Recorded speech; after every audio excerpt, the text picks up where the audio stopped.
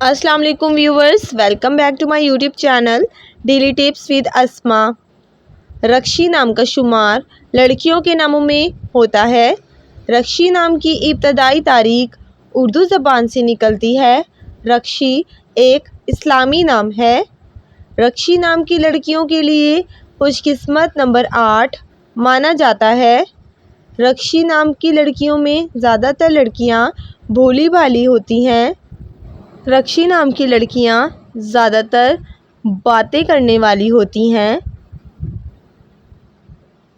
रक्षी नाम का शुमार इंटरनेट पर सबसे ज़्यादा सर्च होने वाले नामों में से होता है। रक्षी नाम की लड़कियों के लिए खुशकिस्मत दिनों में जुमेरात और जुमे का दिन शामिल है।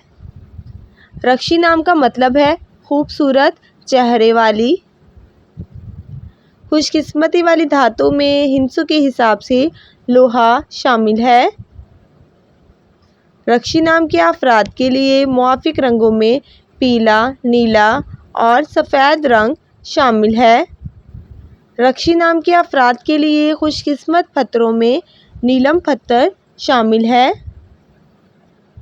फ्रेंड्स, अगर आप किसी भी नाम का मतलब जानना चाहते हैं तो कमेंट बॉक्स में अपना नाम लिखें। इंशाल्लाह हम आपके नाम की वीडियो ज़रूर बनाएंगे। Thanks for watching. अल्लाह हाफिज़।